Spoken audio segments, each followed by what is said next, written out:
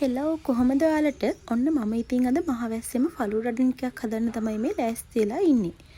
මේ ඩ්‍රින්ක් එක කඩේකින් බොනකොට පොඩ්ඩක් වියදම සැර වැඩි. හැබැයි අඩු වියදමින් කඩේට වඩා රසට අපිට ගෙදර හදාගන්න පුළුවන්.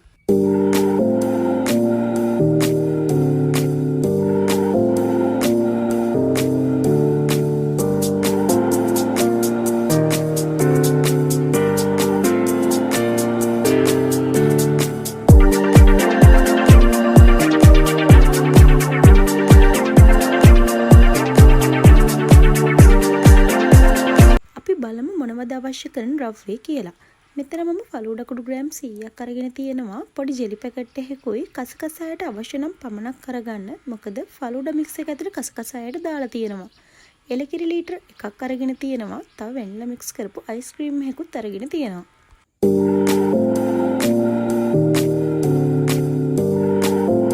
දැන් මම මේ මික්ස් එක හදාගන්න සුදුසු භාජනයක් අරගෙන අපි ටී ටික එකට එකතු කරලා ඒකටම ෆලූඩා මික්ස් එක එකතු කරගන්න.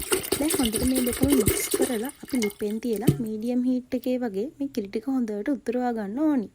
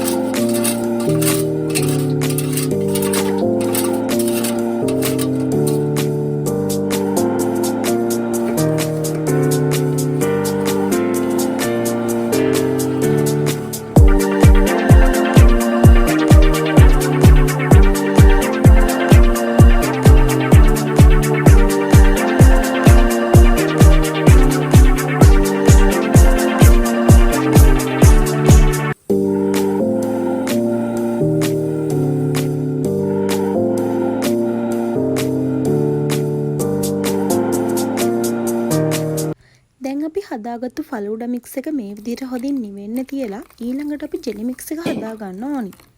ජෙලි එකත් හදාගෙන ඉවර වුණාම ඒ දෙකම හොඳින් නිවෙන්න තියලා අඩුම පැය 3ක කාලයක්වත් ෆ්‍රිජ් එකට දාලා කූල් කරගන්න ඕනි.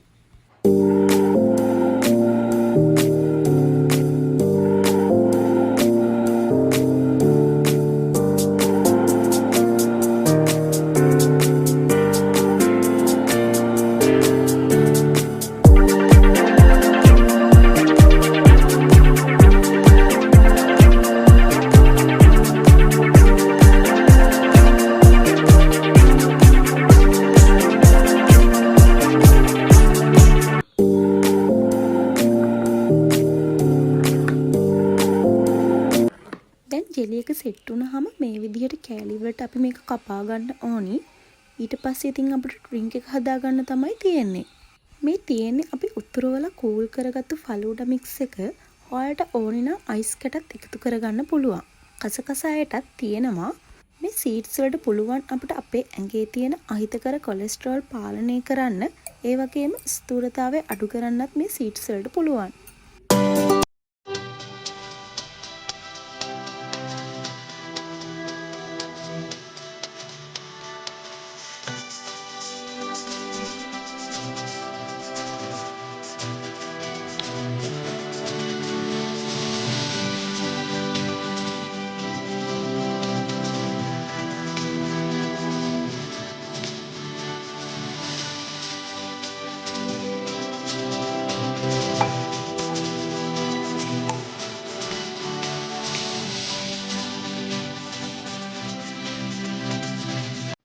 දැන් අපි පිළිගන්වන ග්ලාස් එකක් අරගෙන ඒකට මුලින්ම කසකසාරි ටික එකතු කරගන්නවා.